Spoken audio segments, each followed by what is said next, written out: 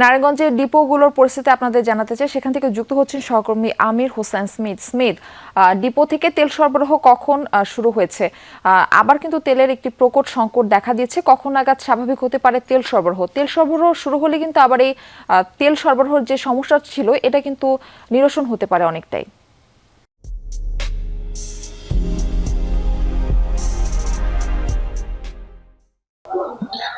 Murphy, আপনি ঠিকই বলেছেন যে তেল সরবরাহ কিন্তু শুরু হয়েছে।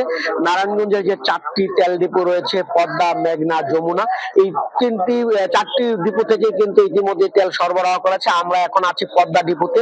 সেই পদ্মা ডিপোতে আমরা এখন পর্যন্ত যতটুকু খোঁজ খবর পেয়েছি যে আজকে পদ্মা ডিপো থেকে 104টি প্রতিষ্ঠানে, তার মধ্যে 86টি পেট্রোল পাম্প এবং বাকিগুলো বিভিন্ন প্রতিষ্ঠান কোম্পানিকে তেল সরবরাহ করা হচ্ছে।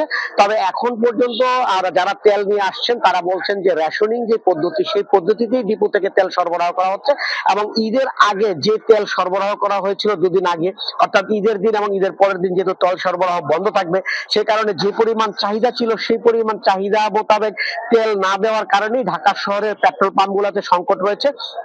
তবে পেট্রোল পাম্প এখানে যারা ডিপো কর্তৃপক্ষ আছেন, আমরা তাদের সাথে যোগাযোগ করার চেষ্টা করেছি, তারা আসলে এই ব্যাপারে গণমাধ্যমের সাথে কোনো কথা বলতে রাজি হয়নি। তারা বলছেন যে তেল ইতিমধ্যে সরবরাহ শুরু হয়েছে সকাল থেকে এবং নারায়ণগঞ্জের যে 4টি ডিপো আছে প্রত্যেকটি ডিপো থেকে তেল দেওয়া হচ্ছে।